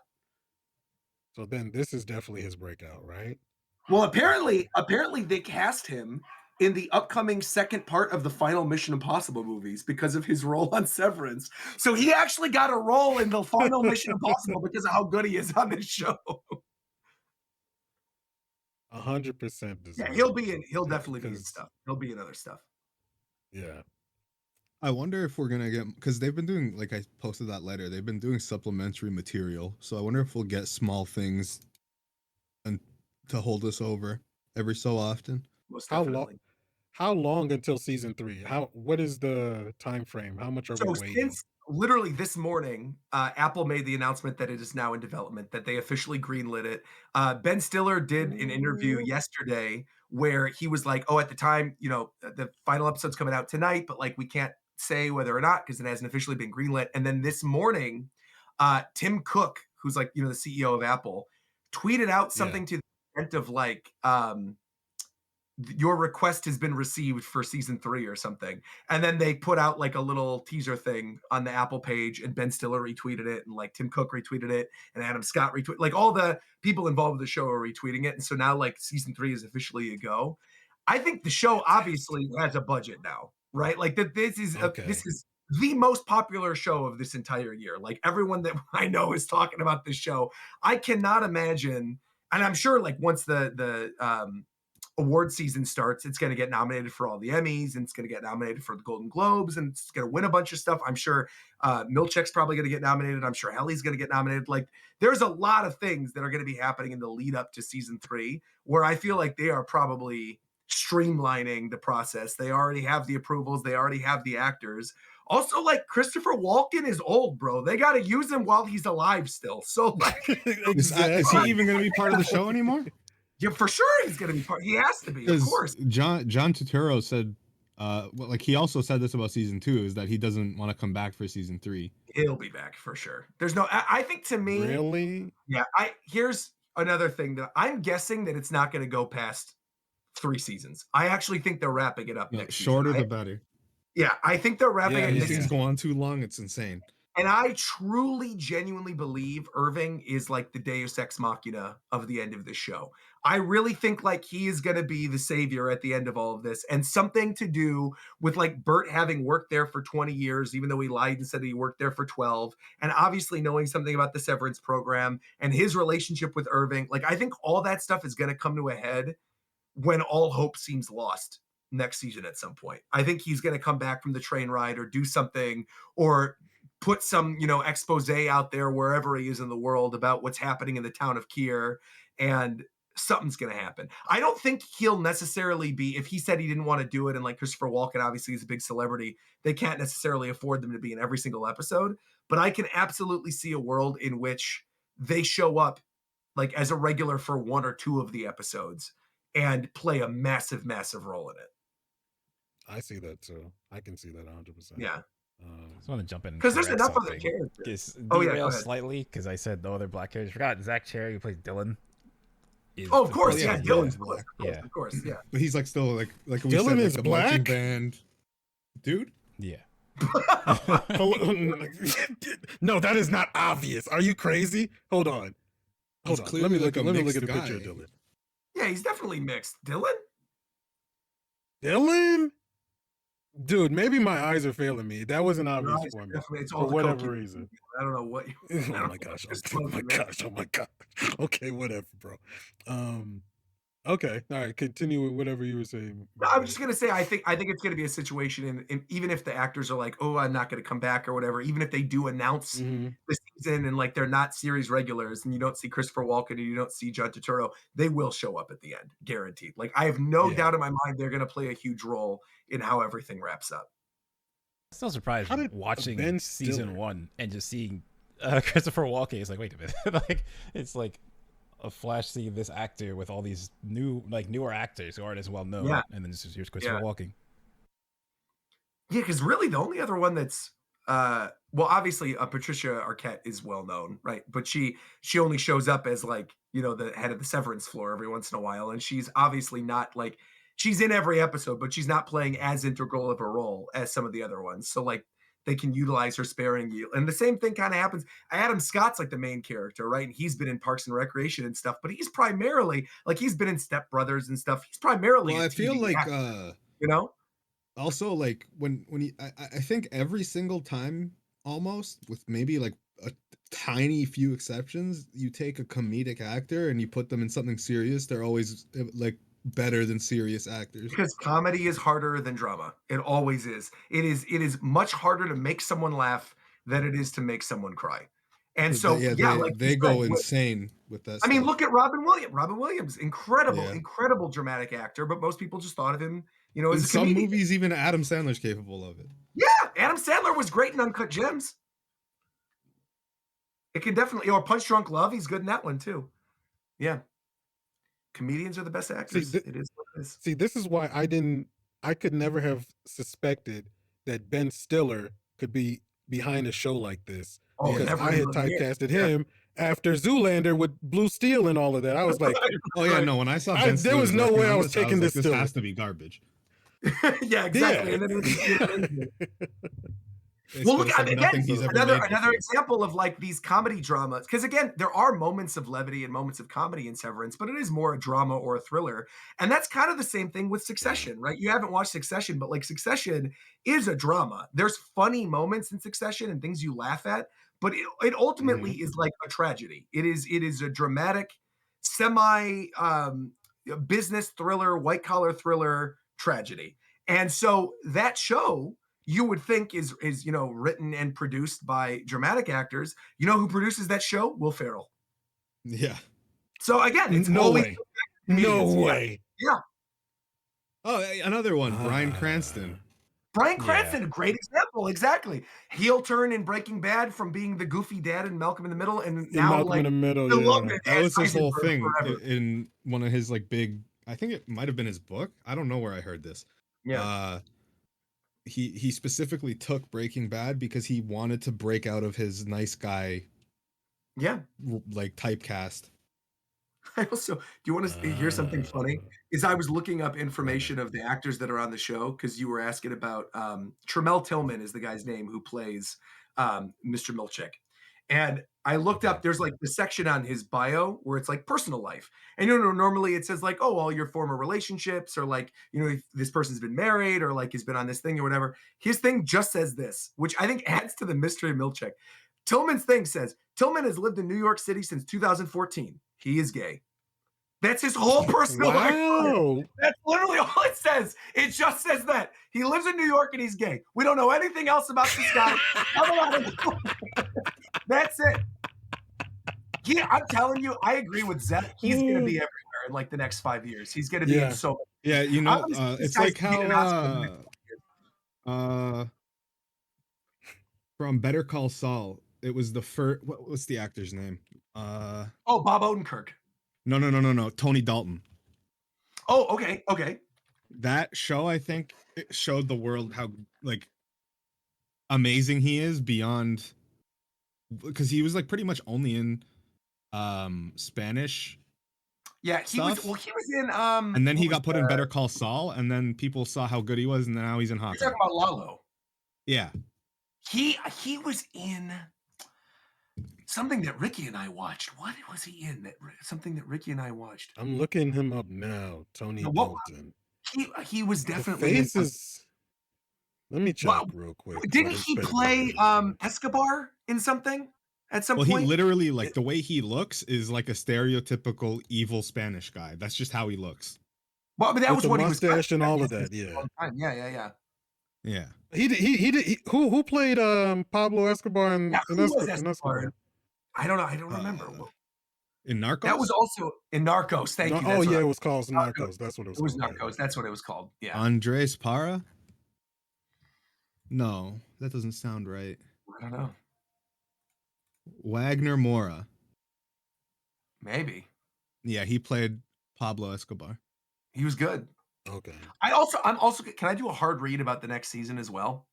I feel like next season of Severance is going to have a bunch of really, really, really big name actors who I think have been obsessed with the show and are going to like hit up their agents and be like, I want to be a part of that. And I think they're going to show up for like one episode at a time.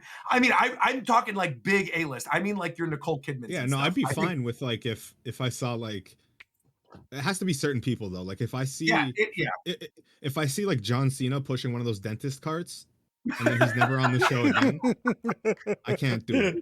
That'd be crazy. Wait, didn't we have Arrested Development girl that played May? Maybe she showed up as like one of the replacement people. She was one of the replacement people for Mark in the beginning of season 2. Yeah, and then she just disappears somewhere mysterious. We don't know what the heck happened to the rest of them. They were from a different. I like when they use famous actors that way, where they're just. Like, I do too. In a scene. Jason Bateman. Could he have a little role in here? He'd actually be perfect for the show. I think he would be really good in this show. Also, that's thinking back on that, like the start of the season, and like where Innie Mark ends up with this, where he's like, well, doing what you do would get rid of all of us, but he also does that too to get his friends. Well, I mean, but he's saving his friends. But to get his friends back, he basically dooms those other idiots. And he's like trying to like sabotage them out. Yeah, that's why I think it's going to show that, because a thing that was expressed throughout the whole series is that Innies are essentially children. Right. Yeah. They act like kids. You can feel that. They give them at the end, Innie Mark's going to be like a little evil bars. child that went too far and trying to get everything he wanted. That'll be interesting. They straight up called them, like Cobell says, "You child." Don't you think there is, like, I don't see a world in which the show ends and Mark is dead, but I do see a world in which Outie Mark is the only Mark that exists. I think something bad has to happen to Helena. So I think there's going to be a world where one Mark exists and no Helly or Helena exists at all. I could totally see a world in which Helly, to stop Helena and to stop the Egans, kills herself. Like, I mean, she almost did that in the first season. We literally saw her trying to hang. Have to happen. Yeah, so I think that Helena's is for done sure so much bad stuff. Yeah, and if this is her at the end, she got to die. Yeah, she can't do that though because she's pregnant. Let's get that out of the way first. So do you actually think that's going to be? I feel like that would have. There's no way that you have unprotected sex twice, and then because he had no access to a condom. He was a freaking Innie the entire time, both times. So there's no way that you do that, and then unless you have poor swimmers, man. There's no way that you do it twice and she Swimmers. doesn't get I mean, pregnant, no, bro. but some people There's- just are infertile, so it's just like, Yeah. it's not always that it's just going to happen. Most likely it will, but I feel like that would be the more that would add the most amount of drama. See, but I that's think- why I I think think that's that's the why thing, they though. didn't do it.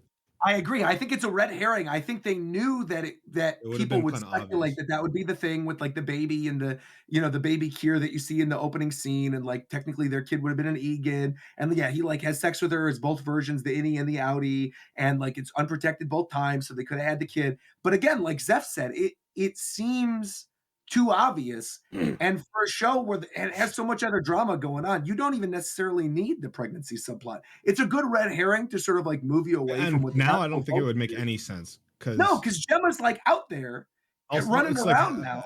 I think Helly and Helena's gonna have to be moving a lot. I think she's going to. So in my mind, this is for me because I didn't know this was so contested. I think it's Helena at the end, and I think she's gonna play into being Helly for a long time because it's so easy to trick stupid innies. Yeah. And they might do the whole equator thing. What do you mean a whole equator thing? Like where they all walk out of the stairwell? No, they could. There might be another exit to the building that keeps you as you without having to sever, and they go to, I don't know, dude. Severance in South America happens.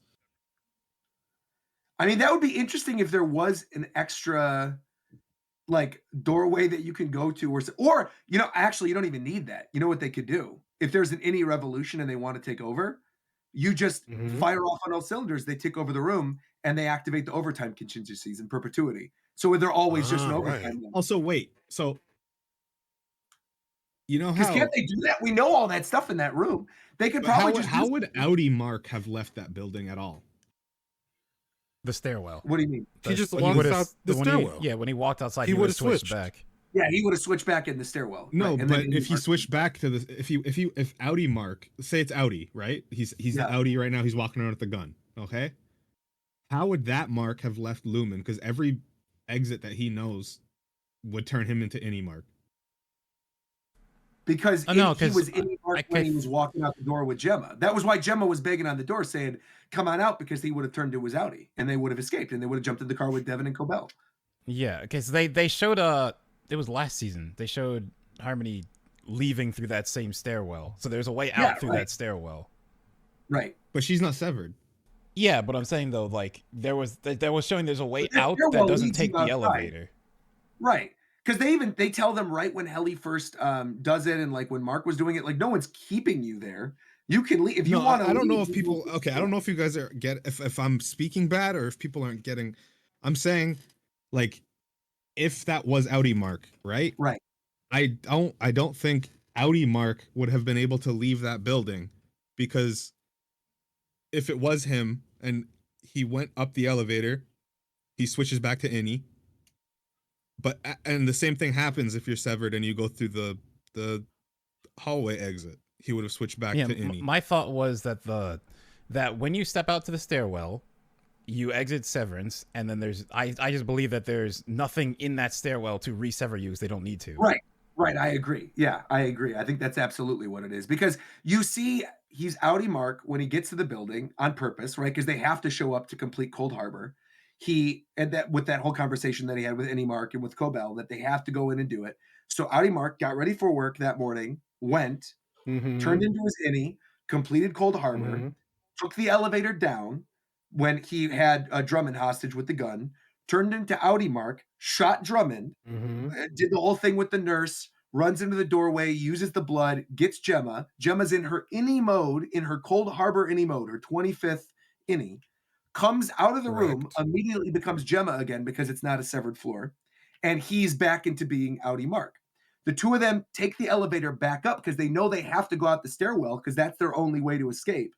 They go up the elevator, they kiss, and then they're Innies, and that's why Miss Casey's like, what's happening here? Because she's back to Miss Casey mode because they're on the severed floor, and now she's making out with Innie Mark, and they're like, what the heck's happening? Innie Mark doesn't really know what's going on. He kind of knows through the conversations, but he's still surprised by it because the last thing that he remembers was going down the elevator to go with Drummond with the gun, and now he's making out in an elevator with Casey. They run through the hallway. They get to the quote unquote equator where Helly and Mark said they were going to meet. He lets Gemma run out the door, and then just like they said they were going to do when they complete Cold Harbor, Innie, Mark, and Helly stay together, and Gemma escapes, and they allow Gemma to escape, which I think in Innie Mark's brain maybe would have been like his way of building trust and sort of having it both ways with Outie Mark, because if he ever it was a if something compromise. gets resolved, it's a compromise, because then when they leave, he doesn't know what happens because he's still Innie Mark. He's staying in with Helly, but at least he gets to live the life that he knows in the building, and that eventually he's going to have to leave work. Something's potentially going to have to take him out of the building, and Gemma will be there, but he wants to spend the time that he has with Helly because that's all that he knows. I thought that was more rebellion than a compromise, because stepping out is like, yeah, right. Yeah, it's just giving up, Giving basically up giving up Innie, because right. he doesn't know if the Outie's gonna keep his word, if he's still gonna live. Like in his thoughts, this like reintegration, he's like, well, you've been alive longer, so isn't it gonna be more you than me? Right. So I thought by I thought it was clear. I really like that statement. I love that statement. That was a good line. I thought that Outie Mark clearly, like when he was recording, he switched his face pretty much when it turned the button off. I thought he made it clear like he doesn't care about what happens to the Innie at all. Yeah, he wasn't trying to make that clear. Yeah. No, I didn't just think that wanted was his even he was wife. hiding it. Yeah. Well, for me, it's like I don't even know if he doesn't care, but it's like he cares so much to get his wife back, he's willing to do anything. Yeah, right. Which is what he says straight up to his Innie. He says that. Yeah. And I think to me, at the end of the day, this is like, I had this whole conversation with Reagan too, with the whole Dylan thing with his wife, is like, is it cheating if it's you? I was just about to ask this question. Because your wife, for a long time. Your wife, like Gemma, for example, using Gemma as the example, Gemma knew pre-severed Mark. So she was in love with all of Mark. All is, she was in love with Mark. So when he severed, same way with Dylan, right? Gretchen loved Dylan before he severed. So even though Outie Dylan is like a loser and deflated, right? She is not cheating on him because it's still him. It's still like, even though they're considered separate people, it's half his consciousness. It's still the half of his consciousness that he fell in love with. It's just if you happen to be the Outie and you're miserable and depressed all day, then it sucks to be you, because then your wife doesn't love that version of you. She loves the part of you that's happy and self-assured and, and so it's a weird debate, but in actuality, I think Outie Dylan comes to terms with the fact that it isn't really cheating, and he's keeping him alive because it is the best part of himself. I think also with the love thing, I thought it was, I was just thinking about this scene again, that the thing that switches it for Innie Mark to start hard distrusting Outie is when he says Helena's name wrong. And then, when he calls her Helene or something. Yeah. And then that made me remember when Helena showed up to Mark and said Gemma, gave the wrong name for Gemma, that was the thing that pushed him over the edge too. Yes, exactly. I think it is. I don't think it's necessarily cheating. Like, maybe it's because I'm African and we're down for anything. But like, I feel as though if you hold on, can I finish my statement? Can't just say some wild things like that and like have no one to say anything back. What are you talking about? Yeah, man. I feel like an African when I watch Severance too. What the fuck? Jeff, no one knows what you look like, though. Well, he's. To be fair, no one knows a Rick. Well, no, Ricky. People know you from the one C2E2 video. You showed up in person, and the one thumbnail of us at the steak dinner. But otherwise, I was going to say people who are either. But in any case, I don't necessarily feel like it's cheating. I feel like Outie Dylan was just kind of being a little. He was just in his feeling. He was jealous for no reason because he couldn't remember the intimacy that people only care about the emotional aspect of cheating. I guess it was like somewhat emotional. Else can be cheating sometimes. Sure, of course. Like if you had a girlfriend and she was at a bar and she was like talking to another dude for like 30 minutes and you weren't there, it's still weird. Yeah. It's, But the it's thing weird is, Even stuff. if nothing it's not happened. another dude though. It's you. Well, I don't It's know the- what kind of it's half me. conversation it was because I wasn't there.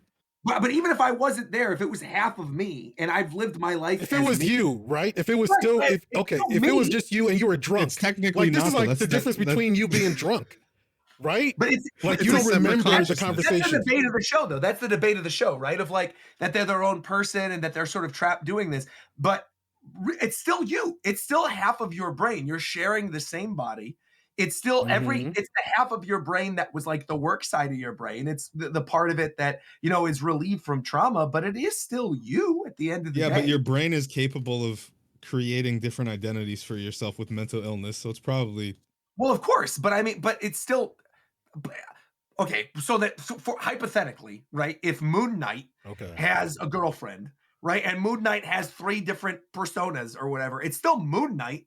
Like whatever his girlfriend was in Moon Knight, what was her name? The Silver Scarab or something, whatever her name was. Like it was still his girlfriend. Like she could be in love with one of him, but all 3 of them are still him. I feel more flat. I feel super flattered that you choose me twice. You're my wife, right? You That's what I'm have the saying. ability You to cheat chose on me me both or whatever times. and go somewhere else. But you choose me, you choose my loser self, and you choose my kind of still a loser self, but more confident that Right. acts like a kid. You choose Whereas me with twice. I'm like, Whereas with Mark, and the same thing goes back to the conversation we had with Burt and Irving, is that still outside and inside they're choosing each other. Still they're going through Yeah. the ropes and finding each other, which goes to show the relationship with Gemma and Helly is not as strong because they are split. And then the he only can use his, reason. it's a different person or whatever. But at the end of the day, I mean, you could come to terms with that, and people have different levels of comfortability or whatever of like, oh, if whatever you're in, he doesn't work, I'm not worried about it. It's kind of like what Fields talked about when Fields was like, yeah, whatever, I support whatever you guys do in there, I don't care because I'm The not only seeing reason it transcends Severance though is because they're the only 2 60-plus-year-old gay men in 500 miles radius. it. come on, listen. Milchik is right there. We That's just not read his true. IMDb. He's not and 60 years Wikipedia. old. Well, Milchik's not gay, though. His actor's gay, but Milchik's not gay. Oh my As god. far as we know, he might be. Who knows? Milchik also might not be gay. It's just his actor. Yeah, exactly. Okay. God, the show really is good, though. We've been talking for 2.5 hours about this show. It really There's is. no guys way remember it's that already weird- been 2 hours. A weird like thing. It was like only gay actors should play gay characters. Then we wouldn't have gotten an Irving. Or That's right. We wouldn't have gotten Irving. That's true. That's true. I always thought that's weird. Like I understand it for like race because it's visually weird. For sure. Yeah. But like the whole point of acting is being a different person. Yeah. Maybe it's like you just want more representation of who you are depicting, something like mean, that, that's right? For sure. I Yeah. understand. Yeah, but then you get some like I get dog it, ass yeah. actors from that. I just think Yeah. if you're portraying a role or something that you aren't, like people say the same thing when like they're casting someone who's paraplegic. They're like, well, you should cast a paraplegic actor, but it's like, okay, but You should sometimes- get your legs broken. Well, no, but I think it's just sometimes it comes down to writing. It's like if you write the character Yeah. and the actor can play the character in the way that still, is faithful to what that group of people would like to see, then it shouldn't be an issue. Yeah. Like, I mean, If they with play these, it in such a way that you wouldn't know they weren't paralyzed in real life, then it shouldn't matter. Mhm. Yeah. Yeah. Right. As long as it's respectful. Because there's some crazy movies out there. Like you guys ever seen Oh. Tiptoes? I was just gonna say Tippy Toes, bro. I've never That never movie even heard is of an it. abomination. Do not ever That shit- watch Tippy That Toes. shit is movie locked up in a Now vault. I have to watch it. What? Fine. I'm Hold on. positive one of the like they had like an all-star cast They of had actors. Gary Oldman. So what I Gary think Oldman happened, was the star of this movie. Yeah. I think somebody bought like one of the actors bought the because it's not anywhere anymore. So I think one of the actors bought the rights to this movie and just And just So- are holding it in the vault so no one ever Yeah. sees it again. It's terrible. I always It's like think of, Lumen. It's how they're keeping Gemma in the basement. insane movie. Tropic Thunder with Robert Downey Jr. Oh, right. But- Robert Downey Jr., But like right. that was Matthew intentional. McConaughey's in this movie too. Like it was very intentional that this character is not actually black. He's just Of course, of pretending to be. But people nowadays are like looking back on that, like, well, why did you do this? It's kind of like, bro, that's like the point of the character. Yeah, the movie whole point of tells the you. character was that he was a dude, and like that's the thing is like you playing an ironic character is hard because there's just so many stupid people. But that Zach, actually what brings did me you back just to say to something me? that we The kind of first jumped 8 away from. seconds of this nonsense. But I was just I'm gonna say, sorry. is this I'm sorry to interrupt. Zeph sent me a trailer for Tippy Toes, for and the Tippy first Toes? 8 seconds is out of pocket. It's Out crazy. of pocket. Don't watch any more of that. We'll do a Japan Time movie night or something, and we'll react to Watch Tippy Toes. Okay, all right. That's crazy. We'll do that or something. That's terrible. Okay. But to bring it back yeah. real quick, this whole conversation about like race, I do want to kind of go back to what we were talking about with Milchik and Okay. with the painting. Because, like, what do you think was up with the weird blackface Kier thing? Because obviously it made him uncomfortable naturally, as well it should. But, like, what do you think was the point of that? Like, why? So I think I it's so for me the way I see it, because like in our house we have paintings of like Black Jesus and stuff, right? So it's the idea of like you take this figure who's like exalted, and if he looks like you relate to him more. But also there's a deep sea thing when you know this is a human person. Not every black person, but for some, it's very odd to put like a white man and make him black, because then it just looks that's insane. odd. Yeah, that's an insane thing. Like I think it for visual stuff that you can't portray. Yeah, like because as a paralyzed person, it's like you can, as an able body person, you can portray a paralyzed person still, but as a white person, you can't portray a black person unless you're racist. Or Robert Downey Jr. Yeah, well see, that's the thing is he was playing a character, right, like a white character who was playing that a was black being man. racist. Yeah. Exactly. Right. Exactly. Yeah. But did you think it was intentionally malicious from Lumen? No, like I think the whole thing is No, like I they know. just they don't understand. They thought Yeah, like, right. oh, this will be so good for you to see yourself He's like gonna this. love That's what this. they Oh, thought. Black people wow. might be Yeah, a new right. concept for them, bro. So actually, you joke, but actually, I'm glad you No, brought I'm that serious, up. yeah. This is something that we talked about in the early part of season 2 that we were DMing about in the conversations about the pineapple, right? About like how they always bring the pineapples and the exotic fruits. How back in the day when Lumen was potentially founded, right? That Kier, it was seen as like this Like huge sailors delicacy. would come from overseas, Right. with Sailors these would come fruits you've never overseas and seen they would bring before. these pineapples, and you're like, oh wow, this is such a delicacy. I've never seen this before. Like the melon parties, or like I do think Melon there is party? definitely something tied to that. Well, Lemon yeah, 'cause party. they have that in the show. No, the melon party where they have like Lemon the party? Irving snakes. Lemon. What are you talking about? Lemon party. Don't look it up. Anyway, I'm talking about the melon You're party. Where they sick, get, like Zeph. Irving You're snakes. sick. You're I'm sick. not gonna look it up. I don't want to know what that is, but I know that a Oh my melon gosh. melon party in the show is like where they did Irving when he retired, right? And they had like the funeral. yeah. he had for the him. scary head. Yeah. Right. I think Dylan ate his ear or something. It was funny. I really genuinely was debating because my birthday was on the 9th, and I was talking to Reagan about it before we ended up doing what we ended up doing. But she was like, what do you want to do for your birthday? And for a brief moment, I was like, invite everyone I know that's in LA, have them dress up in blue turtlenecks, wearing like lanyards and badges.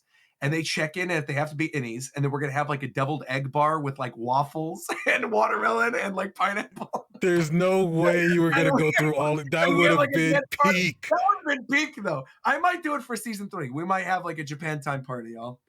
Get everybody I'd local. love in that. there. Yeah. Yeah, we'll have to be our Innies. That way we can do crazy shit, and whatever happens, it doesn't matter because our Innies Okay. are the ones that did it. When we're outies, it's fine. But when we're Innies, we can do wild stuff.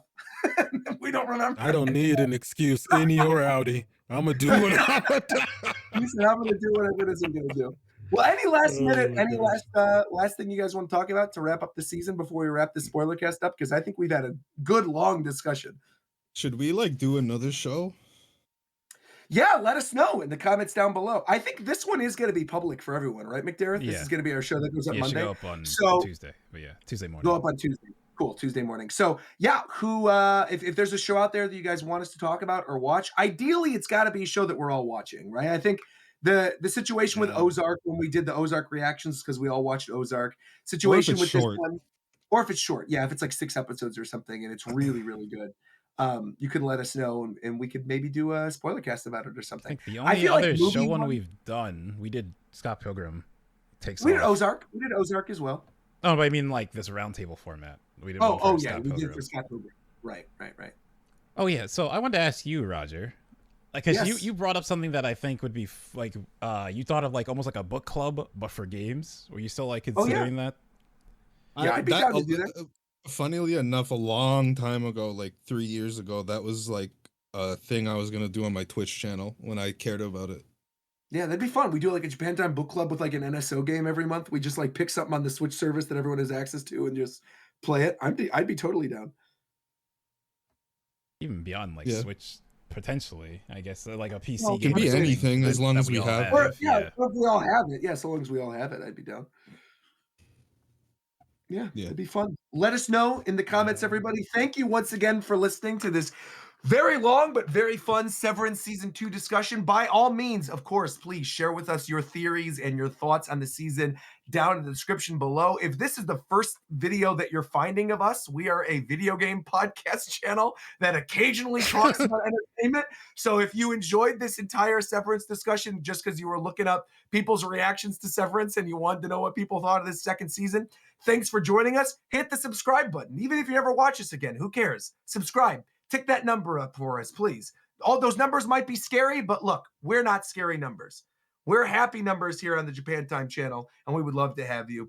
Thank you all once again for tuning in. For McDareth, for Ricky, for Zeph, and for me, we hope you all have a lovely day. Praise Kier. Devour speculants.